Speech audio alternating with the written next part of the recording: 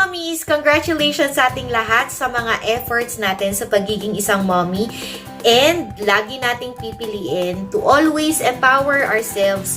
And kung kaya natin, mag-reach out and empower other mommies or other people as well. Lagi tayong humanap ng paraan para matulungan yung sarili natin maging better person, mas stronger, mas courageous, mas brave, at yung maging isang mommy na kayang-kaya mong deadmahin lahat ng negativity at kayang-kaya mong i-surpass lahat ng challenges around you. Ganun. It's always a good feeling kapag alam mo sa sarili mong meron kang peace of mind dahil good yung intentions mo or kind yung intentions mo para sa ibang tao.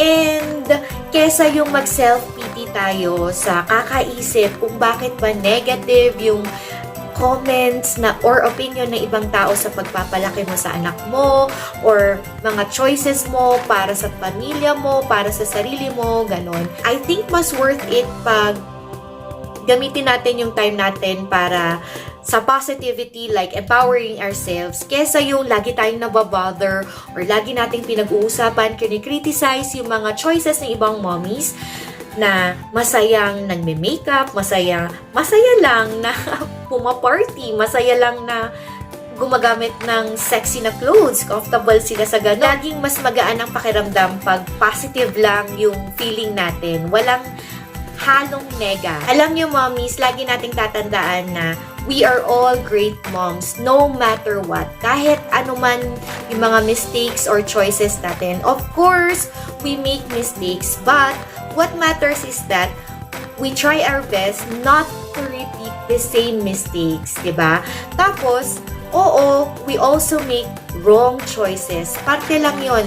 Meron tayong mga choices siguro sa no pagpapalaki ng anak natin, mga wrong choices, no before, ganyan. Okay lang yan. Ang importante, this time, we intend to make the right choices. Ang importante, lahat ng yon helped us become better people. Although, hindi ko naman sinasabi na ipagmalaki natin yung mga masamang nagawa natin, yung mga mistakes, wrong choices na ginawa natin. What I'm trying to say is that we should take pride in making a commitment this time to become better people para sa sarili natin. Hindi lang para sa sarili natin, sa pamilya, or sa mga anak natin, but also this time, we intend to be kind to other people. Ganun. Let us always focus na maka-establish ng good vibes lagi sa surroundings natin. Like, for example, so what kung para sa mga mommies na ginajudge dahil makapalang makeup, sexy manamit, pumaparty, okay lang lahat ng yon, mga mommies. Let us ignore those negative comments and lagi nating isipin, it's okay as long as you feel good about yourself and as long as wala ka namang tinatapakang ibang mommies, okay lang lahat yon. And para naman sa mga mommies na ginajudge dahil losyang ka na daw, okay lang din yun, mommies. At least ngayon, alam mo na, di ba? By this time, na-realize mo nang kailangan mong mag-exert ng effort para mas mahalin yung sarili mo and alagaan yung sarili mo. In that way, you will feel more beautiful about yourself and malayong mas confident yung outlook mo sa sarili mo. Para sa ating lahat, mommies, from now on, piliin natin na maging graceful sa pagharap ng cruelty or negativity ng ibang tao sa atin. Hindi kahinaan yung pagiging kalmado sa mga negative circumstances na ma-encounter natin. I am saying this not because super perfect ko at kalmado akong tao. No. It's just that may mga experiences din ako na naging super nega ako at I've learned from those experiences. That is the reason why this time sinishare ko sa inyo na it's always best to empower yourself, choose to empower other people, choose positivity, and avoid being a bully mommy, ganun. So, mommies, lahat tayo, kahit anuman yung shortcomings natin or imperfections natin bilang isang mommy, lahat tayo deserve natin yung love and kindness ng mga anak natin, family natin, at ng ibang tao. Dahil mga mommies tayo na gagawin ng lahat para sa family natin, sa mga anak natin, and that is also the very reason kung bakit kailangan nating piliin maging positibo and empower ourselves and other mommies. Lalaki yung mga anak natin at magiging very proud sila sa ating mommies. We will always do a good job kasi we can never go wrong with choosing and sharing positivity. Congratulations sa ating lahat! No ice cream also? No ice cream also. How about bananas? It's no more banana. Can you give me banana, please? No banana there. You gave me a while ago the banana. Look. None.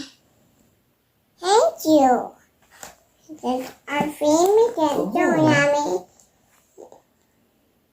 There. Oh, Where mommy too? I give mommy the ice cream. It is so tasty. Yeah, so tasty. What's the flavor of your ice cream, Anna? I need more than fantastic. I didn't share with them. Mommy, Daddy, where? Family. I happen the stop. Let's go! Let's go, Anna! Let's go! No, Oh no. no! Oh no! Sorry. I didn't. Where will we go? We go to the yes! We will go to the kitchen! Yay! Where will we go? Kitchen! Yay! Woohoo!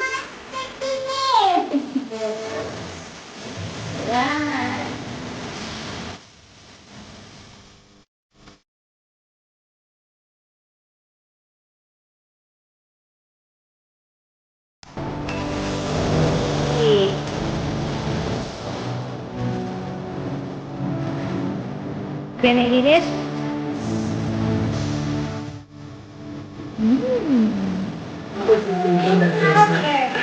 What powder is that? Okay.